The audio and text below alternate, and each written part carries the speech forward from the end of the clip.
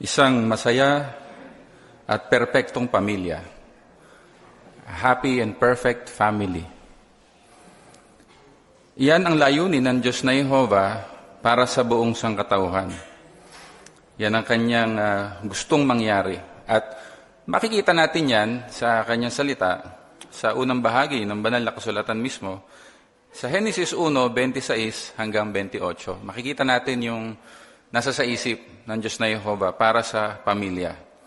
Basahin natin mga kapatid ang sinasabi ng Genesis 1:26 hanggang 28. Pagkatapos, sinabi ng Diyos, gawin natin ang tao ayon sa ating larawan, ayon sa ating wangis, at sila ang mamamahala sa mga isda sa dagat at sa lumilipad na mga nilalang sa langit, at sa maamong hayop at sa bawat gumagapang na hayop sa ibabaw ng lupa, at pangangalagaan nila ang buong lupa. At nilalang ng Diyos ang tao ayon sa kanyang larawan. Ayon sa larawan ng Diyos ay nilalang niya siya. Nilalang niya sila na lalaki at babae. Gayon din, pinagpala sila ng Diyos at sinabi, magpalaanakin kayo at magpakarami, punuin ninyo ang lupa at pangasiwaan iyon. At pamahalaan ninyo ang mga isda sa dagat at lumilipad na mga nilalang sa langit at bawat buhay na nilalang na gumagala sa ibabaw ng lupa. Naguguni-guni ba ninyo yung napakagandang kaisipan ni Jehovah para sa buong sangkatauhan? Isang hindi lang magandang lugar, isang paraisong tahanan, kundi isang napakasayang pamilya din. Hindi ba? Na ginagawa yung kanyang kalooban. Totoo, isang kaloob mula kay Jehovah, yung kapanatagang nararamdaman ng mag-asawa sa loob ng tahanan. Isang regalo mula kay Jehovah, ang pagkakaroon ng mga anak na minamahal at ng mga magulang na nagmamahal din. Kaya lang, ang tanong mga kapatid, meron ba ngayong perfect family? Meron po ba ngayong perfect family na nandito ngayon? Oo, wala. Nasira ang kaligayahan ng pamilya nang magrebelde si Satanas sa Diyos na Jehovah. Sa pinakaumpisa pa lang ng kasaysayan ng tao, nagkaroon na ng problema. Pumasok ang rebelyon, hinikayat ni Satanas ang unang mag-asawa, sina Adan at Eva, na talikuran ang Diyos na Jehovah. Hindi lang ang unang tao ang sinikap hikayatin ni Satanas, matagumpay din niyang nakumbinsi ang masasamang anghel na talikuran ang makalangit na Ama, ang Diyos na Jehovah. Kaya sa halip na magkaisa, maging maligaya, tulad ng layunin ni Jehovah, ano ang nangyari? Ang pamilya ng tao sa pangkalahatan ay nagkawatak-watak, nagkabahabahagi, pagdating sa lipunan, pagdating sa relihiyon, pagdating sa politika. Talagang fragmented ang mga pamilya. At hindi lang dito sa lupa, maging sa langit noon, ganoon din, nagkaroon din ng paksyon. Dahilan sa rebelyong inumpisahan ni Satanas. So kung makikita natin sa pangkalahatan, hiwa-hiwalay, watak-watak, hindi nagkakaisa. Pero pagka zoom in natin sa bawat pamilya kaya, anong makikita natin? Ganoon din. Sa loob ng pamilya, meron ding hindi pagkakasundo, meron ding stress, at meron ding kalungkutan. Bakit ganoon? Makikita natin yan mismo sa salita ni Jehovah, ang dahilan. Ano ba yung kaugalian ng mga tao sa ngayon na nakapenetrate din sa loob ng mga pamilya? Kalawang Timoteo 3:2-3, ano yung makikita natin dyan? Di ba sabi dyan, ang mga tao ay magiging makasarili, maibigin sa pera, mayabang, mapagmataas, mamumusong, yung susunod, masuwayin sa mga magulang, walang utang na loob, di tapat. Walang likas na pagmamahal. Ayaw makipagkasundo. Maninirang puri, walang pagpipigil sa sarili. mabangis at napopuot sa kabutihan. Hindi ba minsan, nagiging totoo yan sa pamilya, sa mga mag-asawa, nandyan minsan yung nakikita yung pagiging makasarili. Pagkatapos yung hindi matapat sa kanilang sinumpaang katapatan sa kanilang kabiyak. Yung mga anak, sabi doon, kuminsan ay masuwayin sa mga magulang, walang utang na loob. At yung mga magulang, nawawalan na ng likas na pagmamahal. So, itong mga katangiang ito, nakapenetrate. Kaya, ang mga pamilya, talagang, nandiyan ang stress at kalungkutan. Kaya, hindi lang po tayo ang dumadanas ng masakit na damdamin o nalulungkot dahil sa bagay na ito. Siyempre, ang Diyos na Jehovah mismo, damang-dama niya yung kalungkutan dahilan sa ganitong kalagayan. Kasi kung tayo ay nararanasan natin yan sa loob ng pamilya, yung stress at kalungkutan, nauna na ang Diyos na Jehovah. Nakaka-relate siya dyan. Kasi nga, yung kanyang pamilya na ginawa, merong nagrebelde at nagkawatak-watak. Kaya ang kirot at pagdurusa ay lahat nakakaranas nito. Pero siyempre, sabi nga natin kanina, may layunin si Jehovah. Yung kanyang kaisipan, hindi yan mapipigil. Yung kanyang layunin, hindi mabibigo. Kaya, pagkatapos, right after na maganap yung rebellion sa Eden, dinraw up na, o kumbaga, ay nilatag na ni Jehovah yung parang blueprint kung paano maibabalik o maitutuloy yung kanyang layunin. Kumbaga parang nag-divert, pero mayroon kaagad na ginawang paraan ng Diyos na Jehovah.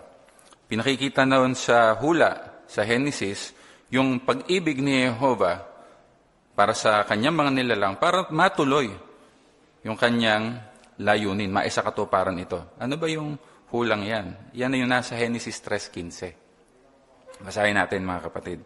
Genesis, Kabanatang 3, Talatang 15. Ang sabi, "At maglalagay ako ng alitan sa pagitan mo at ng babae, at sa pagitan ng supling mo at ng supling niya." Sino ba yung kausap dito ng Diyos na Jehovah? Kasi matagal ng naging sagradong lihim ito, pero ngayon nagkakaroon tayo ng kaunawaan dito. Ang kausap dito ay si Satanas, na nire-represent nung ahas. Tapos ang babae, si Eva ba yun? Hindi si Eva yon. Ang babae ay ang makalangit na organisasyon ni Jehovah. Tapos, ito yung sinabi ni Jehovah, kasunod. "Dudurugin ng supling niya, nung babae, ang ulo mo," sabi niya kay Satanas, at susugatan mo ang sakong nito. Ayan. So, matagal na lihim iyan. Pero ngayon, nagkakaroon tayo ng malinaw na unawa. Sino ba yung dudurog sa ulo ni Satanas? Bilang pangunahing bahagi ng binhi ng babae o ng makalangit na organisasyon ni Jehovah, wawakasan ni Jesus si Satanas at aalisin ang epekto ng kasalanan ni Adan. Si Jesus, yung pangunahing bahagi ng binhi, at meron siyang pangunahing papel para maisauli o maituloy yung layunin ni Jehovah sa lubos na katuparan nito. Ano ba yung paano ba natin mapipicture yung magiging ending ng layunin ni Jehovah? Ayan. Nakikita rin natin yan sa banal na kasulatan. Dito sa unang Korinto, Kabanatang 15. Unang Korinto, Kabanatang 15. Basahin natin yung 24 hanggang 28. Ayan. Kita nyo na? Ang sabi, "Kasunod ay ang wakas. Kapag ibinigay niya ang kaharian sa kanyang Diyos at Ama, kapag inalis na niya ang lahat ng pamahalaan at lahat ng otoridad at kapangyarihan." So, sino po ba yung tinutukoy dito? Si Jesus yun, di ba? Si Jesus. Tapos sa 25, ang sabi, maghahari siya, si Jesus yun, maghahari siya, hanggang sa mailagay ng Diyos ang lahat ng kaaway sa ilalim ng mga paa niya. At ang huling kaaway, ang kamatayan, ay mawawala na. Ayun, napansin nyo yung effect ng pamamahala ni Jesus, ng pangunahing bahagi ng binhi na inihula sa Genesis 3:15. Yung effect sa mga tao, yung kamatayan, yung huling kaaway. Yung kaaway na hindi natin matakasan ngayon. Hindi ba? Walang makakatakas dun eh. Yung iba na unang nagugupo ng kaaway. Yung iba matagal na nakikipagpunyagi. Pero bandang huli, natatalo din ng kaaway na kamatayan. Pero sabi doon sa 26, mawawala na rin daw yun. Dahilan sa pamamahala ni Jesus. At pagkatapos ano yung mangyayari? Sabi sa 27, dahil, may pagpapaliwanag dito, dahil inilagay ng Diyos ang lahat ng bagay sa ilalim ng mga paa niya ni Jesus, pero nang sabihing ang lahat ng bagay ay napasa ilalim, malinaw na hindi kasama rito ang isa na nagbigay sa kanya ng otoridad sa lahat ng bagay. Di ba ang linaw ng pagpapaliwanag ng kasulatan? Si Jehovah nagbigay ng otoridad, lahat ng otoridad kay Jesus. Kasama ba siya dun sa napailalim sa otoridad ni Jesus? Hindi.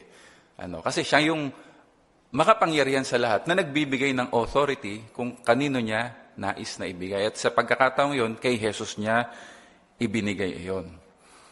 Ngayon, ito ang gagawin ni Jesus pagka na-accomplish na niya lahat ng pinapagawa ni Jehovah. Sa 28, kapag napasa ilalim na niya ang lahat ng bagay, ang anak, si Jesus, ay magpapasa ilalim din sa isa na nagbigay sa kanya ng otoridad sa lahat ng bagay. Para ang Diyos ang maging nag-iisang tagapamahala ng lahat.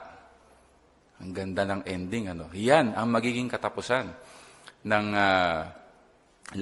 layunin ni Jehovah. Lahat ng bagay muling mapapasa ilalim sa kanyang pamamahala. Isang malaki at maligaya, perpektong pamilya. One big, happy, perfect family. Yun ang magiging ending ng layunin ng Diyos na Jehovah. Napakasaya, hindi ba? Yun yung ating inaasam-asam. Isang sakdal na pamilya sa langit na ngayon natutupad na, pero hanggang dito sa lupa magkakaroon ng lubos na katuparan. Pero habang hinihintay natin ang katuparang iyan, ang Diyos na Jehovah ay nagbigay sa atin ng mga guidelines o tagubilin. Napakamaibigay ng Diyos na Jehovah.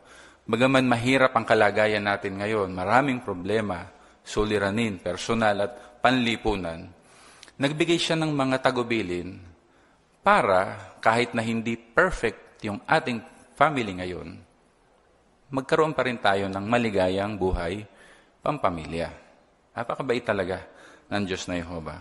Tingnan natin yung ilang mga tagubilin ng Diyos na Jehovah para magawa ito ng bawat isa sa atin. Basahin natin ang Efeso 5:28 hanggang 32, yung unang teksto. Ang sabi, sa katulad na paraan, dapat mahalin ng mga asawang lalaki ang kanilang asawang babae na gaya ng sarili nilang katawan. Ang lalaking nagmamahal sa kanyang asawang babae ay nagmamahal sa sarili niya. Dahil walang sino mang napopoot sa sarili niyang katawan, kundi pinakakain niya ito at inaalagaan gaya ng ginagawa ng Kristo sa kongregasyon. Dahil tayo ay mga bahagi ng katawan niya. Dahil dito ay iiwan ng lalaki ang kanyang ama at ina at mamumuhay kasama ng kanyang asawang babae at ang dalawa ay magiging isang laman. Napakahalaga ng sagradong lihim na ito. Ang sinasabi ko ay tungkol kay Kristo at sa kongregasyon. Okay.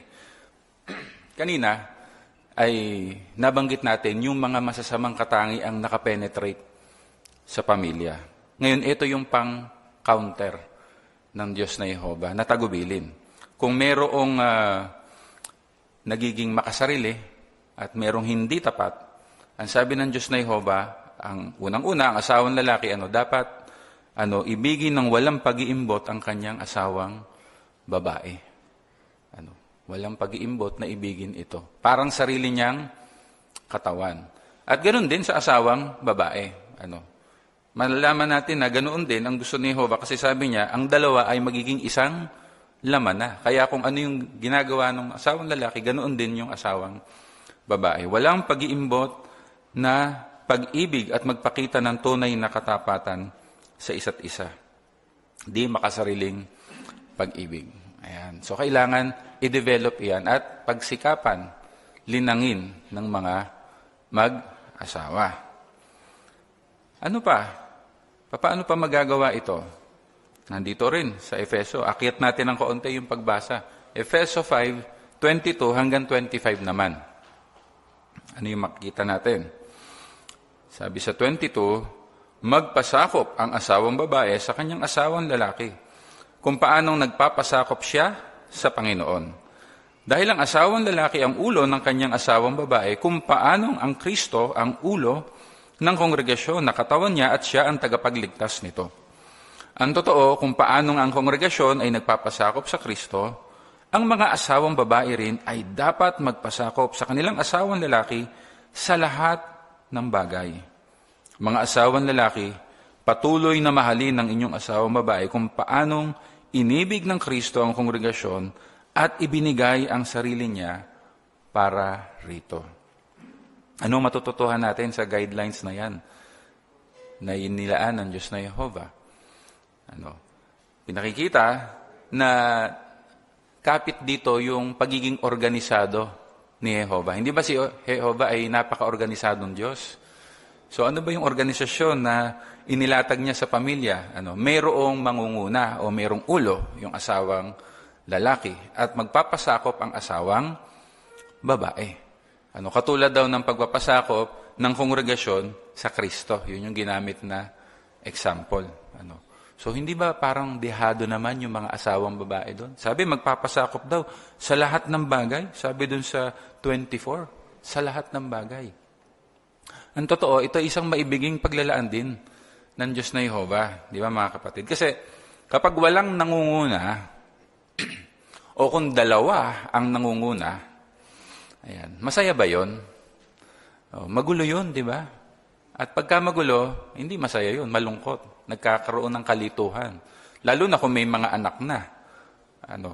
Kaya yung mga bagong nag-aasawa, dapat practicein na yon habang walang anak. Kasi pagka nagkaanak na, talagang dapat malinaw yung organizational chart, kumbaga, yung pagkaulo at yung pagpapasakop. Alam ng mga anak dapat iyon. Kamusta naman? Talagang magpapasakop ang mga asawang babae. Pero ito yung challenge naman sa mga asawang lalaki. Kasi ang sabi, mamahalin ng asawang lalaki yung kanyang asawa kung paanong inibig ng Kristo ang kongregasyon. At sa paanong paraan inibig ng Kristo ang kongregasyon? Ibinigay ang sarili niya para rito. Kaya talagang challenge din sa mga asawang lalaki yung guidelines na ito. Pero kapag sinunod, kapwa ng asawang lalaki at ng asawang babae, kahit hindi perfect, matutulungan ba para maging maligaya ang pagsasama? Oo, tiyak yun. Kaya dun sa 33, ito yung isa pang paalala sa mga mag-asawa. Sa 5:33 ng Efeso. Ang sabi, gayunman mahalin ng bawat isa sa inyo ang kanyang asawang babae, gaya ng sarili niya. Ang asawang babae naman ay dapat magkaroon ng matinding paggalang sa kanyang asawang babae. Nakita nyo ba yung dalawang punto na dapat na mayroon sa loob ng dalawang mag-asawa, sa pagitan ng dalawang mag-asawa? Love, sabi dun sa unang bahagi, pagmamahal, at yung pangalawa ay respect. Love and respect.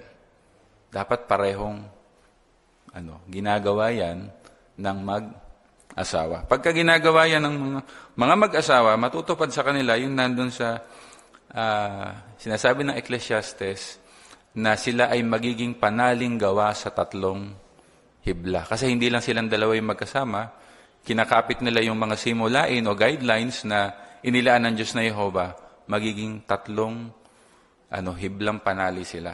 At hindi yon madaling mapatid. Kumusta naman yung mga anak? Mga anak natin. Sahin natin yung Efeso pa rin, 6:1 hanggang 3. Efeso 6:1 hanggang 3. Ano sabi? Mga anak, maging masunurin kayo sa inyong mga magulang ayon sa kalooban ng Panginoon. Dahil ito ay matuwid, parangalan mo ang iyong ama at ina. Yan ang unang utos na may kasamang pangako para mapabuti ka at humaba ang buhay mo sa lupa. Talagang magiging maligaya ang mga anak kapag sinusunod nila ang kanilang mga magulang. So, papaano naman kung halimbawa ay hindi naman saksi si Papa Hindi naman saksi si Mama. Ayan, sabi doon sa 6:2, parangalan mo ang iyong ama at ina. Hindi naman nabago, no? Yun pa rin. Paano kung halimbawa, stepfather ko lang naman siya Stepmother. Kung minsan ay palaki ni tito o ng tita o kaya ng lolo o ng lola. Ganun pa rin ba? Pararangalan pa rin ang ama at ina? Kapit pa rin ba yon, mga kapatid na mga anak? Mga bata? Sorry. Kapit pa rin yun. Pansinin nyo yung umpisa ng paragraph 2, nakaparenthesis yun, di ba? Parangalan mo ang iyong ama at ina. Ano ibig sabihin niyan? Pag tinignan nyo yung cross-reference, nanggaling yan sa sa kautosang mosaiko pa. Sa umpisa pa lang, nandun na yan. Sa umpisa pa lang ng Biblia. Kaya ibig sabihin, hindi nagbabago si Jehovah. Kautosang mosaiko, kautosan ni Kristo, hanggang ngayon sa atin, kapit pa rin yan. Pero yung tanong na paano kung stepfather, stepmother, uncle, tita, lolo at lola? Kapit pa rin ba yun? Di ba pinag-aaralan natin ngayon sa midweek meeting, yung kasaysayan ni Esther at Mardochyo. Sa aklat ni Esther, magkaano-ano ba yung dalawa? Magpinsan. Pero kinupkop ni Mardochyo si Esther, parang anak niya, mas matanda Pinarangalan ba ni Esther si Mardochyo na parang ama niya? Oo. Talagang pinarangalan niya. Naging masunurin si Esther sa kanya. Hindi niya sinabing, tito, pinsan lang kita Kala mo naman tatay ka kung makaasta. Hindi niya sinabi yun, di ba? Talagang pinarangalan niya si Mardochyo. Kaya pinakikita kung ano man yung setup natin sa family, tayo man ay nasa poder ni tito, ni tita, stepfather, stepmother, lolo at lola, kailangan pa rin nating sundin yung pamantayan ni Jehovah. Parangalan natin sila. Kasi kung binibigay natin yung parangal na yun, sumatotal, sino yung pinararangalan natin?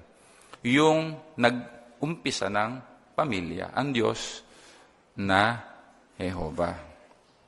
Utos naman ng utos lagi sila Sabi ng anak, merong sikreto para hindi kayo lagi inuutusan. Gusto niyo bang malaman? Sikreto para hindi kayo inuutusan.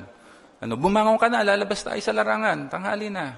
Gumaya ka na, dadalo na tayo sa pulong, ba't hindi ka pa nagbibihis? Alam niyo kung paano kayo hindi na uutusan? Magkusa na kayo. Pag nagkusa na kayo, hindi na kayo uutusan kasi naka-ready na kayo sa paglabas, naka-ready na kayo sa pagdalo, at nakapag-personal study na kayo, meron na kayong sagot. Hindi na kayo uutusan nun.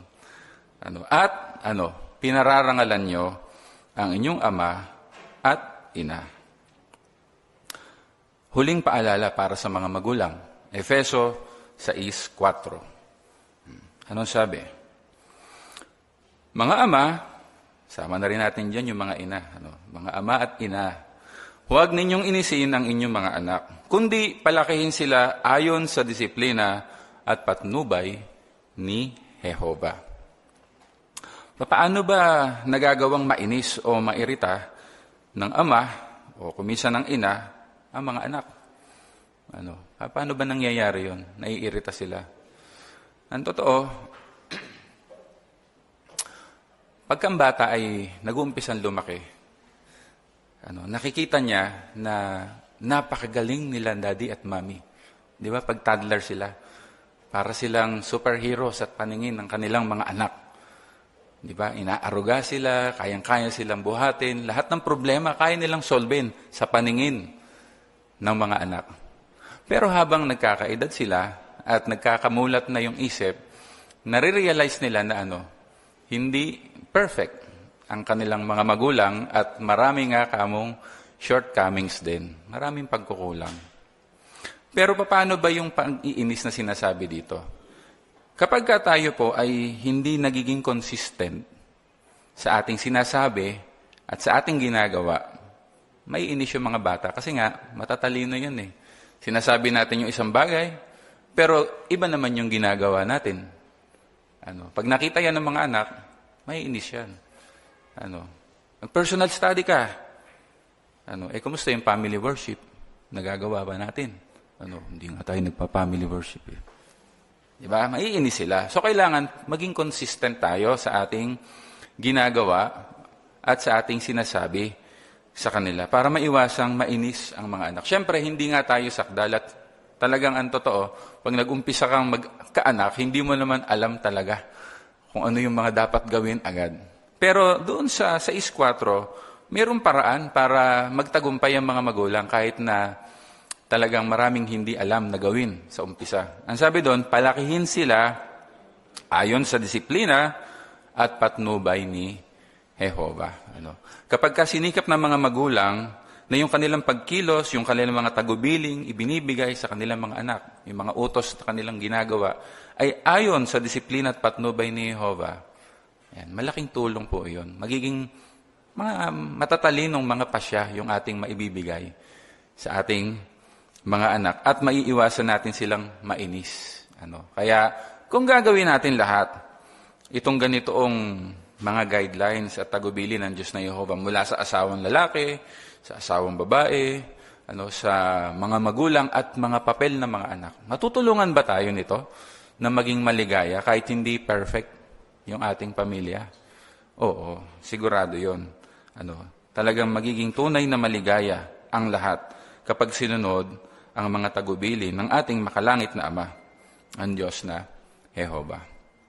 Kaya isagawa natin iyon habang hinihintay nating matupad ang pangako ng Diyos na Jehovah. Ganito pinipicture ng banal na kasulatan, yung senaryo kapag napasa ilalim na, yung lahat kay Jehovah, yung kaninang binasa natin sa Korinto. Awit 89, 15 at 16. Awit 89, 15 at 16. Ganito yung ating mababasa doon. Maligaya ang bayan na humihiyaw sa kagalakan. O Jehovah, lumalakad sila sa liwanag ng iyong mukha. Buong araw silang nagsasaya sa pangalan mo. At dahil sa iyong katwiran, ay nagiging dakila sila. Gusto nyo bang mapabilang sa maliligayang tao na nabasa natin dito sa awit 89, 15 at 16? Gusto nyo bang maging kasama doon sa grupo ng mga tao ngayon? Siyempre, gustong-gusto natin yon. Kaya pinasisigla natin ang lahat. Pinasisigla namin kayo na kayo at ang inyong pamilya ay patuloy na kumuha ng tumpak na kaalaman tungkol sa kalooban ng Diyos. Bilang mga individual, bilang miyembro ng pamilya, gawin natin yung kalooban ng Diyos na Jehovah. Kasi sa pamamagitan lang ng kaharian ng Diyos, ng Panginoong Hesus bilang hari nito, pagpapalain ang lahat ng mga pamilya sa lupa. At dahil doon, magkakaroon tayo ng walang hanggang kapayapaan at kaligayahan doon sa ipinangako ng Diyos na Jehovah. One big, happy, perfect family.